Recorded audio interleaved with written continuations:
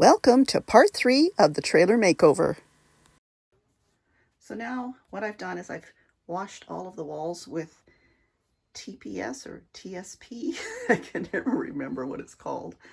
And I'm sanding down where there's holes, and I'm going to fill them with toothpaste. So this is what I'm using. It needs to be a paste toothpaste, not the gel kind.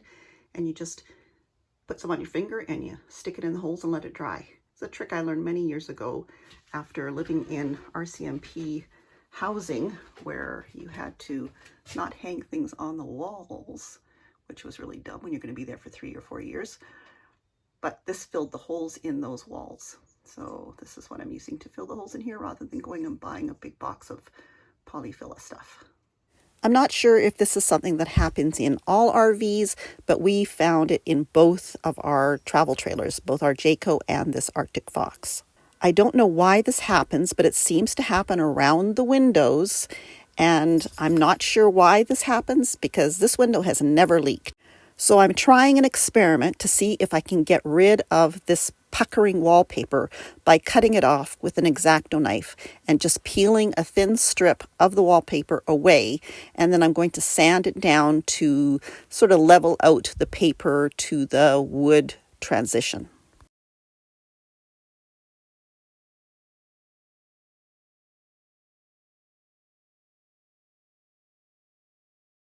So you can see here is where I filled the holes with toothpaste, a little bit of a green color. And I've wiped off the excess with a wet cloth, and they're quite nicely filled. I mean, it's not perfect, but it is a trailer. So, and here again, I filled these ones. This is from a little shelf that was in here. These are from the blinds, the little thing that has to hold the bottom of the blinds down. And I'm not sure if I'm going to put the blinds back up again, so I'm filling the holes in just in case. Can always drill new ones. So using the toothpaste is a really simple solution, and not only does it fill in the holes, but it makes your trailer smell minty fresh. There you can see where I've peeled off the bubbly wallpaper coating that they put on this wood, and now there's a crack here because wherever they join these panels that are already pre-wallpapered, there's always a little crack in between them, and that's where they put these tape pieces of the wallpaper looking stuff over top of them. And so because I've taken the paper off of here, it's now exposed this crack, so I'm going to use the toothpaste to fill that in too. Starting to paint the walls, and if you look real close, you can see this one is grayer than that one, and I've got a bug on there. So yeah, it is definitely more grayish than this. This actually almost looks a little bit creamy. Oh, my nails are terrible. So there's this one here,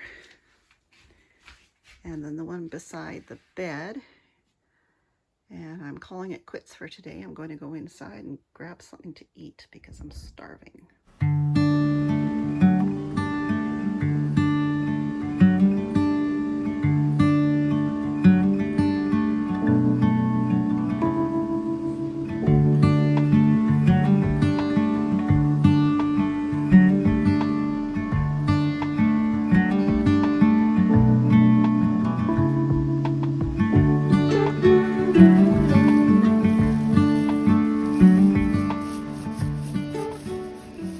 After a couple of days of a break from being in the trailer painting, I'm back in here. I've done one coat on all of the walls, except the ones that I'd already painted with the cabinet paint. And there are some that I've got to do another coat, obviously, on. But some of them, like behind the counter here, I'm going to put some kind of treatment on the wall there. So just the one coat is good there. The bathroom has one coat. Everything looks so much brighter, even just with the one coat. And the one place that I didn't paint was in the slide out, because I am putting this really cool board paper on. This is my first time using self-sticking wallpaper. The stuff I used in Honey was the first time using wallpaper that you actually had to put the paste on, and I did not like doing that. I've done lots of wallpapering with paper that has the glue on it. You just wet it and put it on the wall, and I like that. They don't seem to make that anymore. It's either this self-sticking stuff or stuff that you have to put the glue on. Putting the glue on is kind of old-fashioned. I'm not really sure why they've gone back to that, but that's what I used in Honey on the cabinets and the fridge. I think that's the only places I've got wallpaper in there, and it stuck really well, but it was really goopy and I didn't like working with it. So I was quite excited to try out this self-adhesive type wallpaper, and I've got the first piece on and it's gone on pretty good. I think it looks really nice. So I'm going to continue around here with the self-stick wallpaper.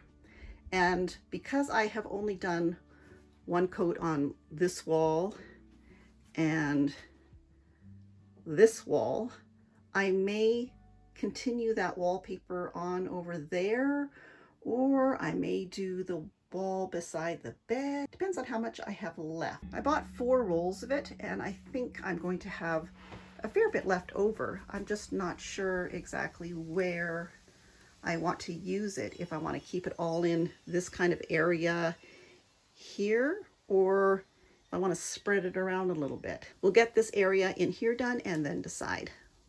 So there is the finished self-adhesive wallpaper on there. I just love it.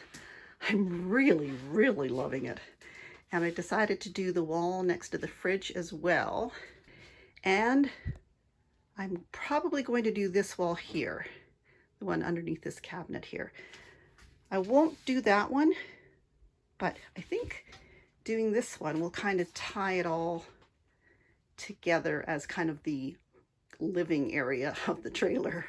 But yeah, I'm really liking it. It's so pretty. This is what I got to put behind the kitchen counters in the kitchen area. I ordered it from Temu after seeing sort of the same kind of thing, but in a white brick configuration. It's very thin, it's kind of foamy, and it's a peel and stick, probably a foot by a foot tile. While I was installing it, I was wondering if I was doing the right thing, but in the end, it actually turned out pretty good, and I really like it. Thanks so much for watching. Join me in the next video for the big reveal. If you enjoyed this video, don't forget to give it a thumbs up and subscribe for more RVing and car camping tips, tricks, and trips. Bye for now.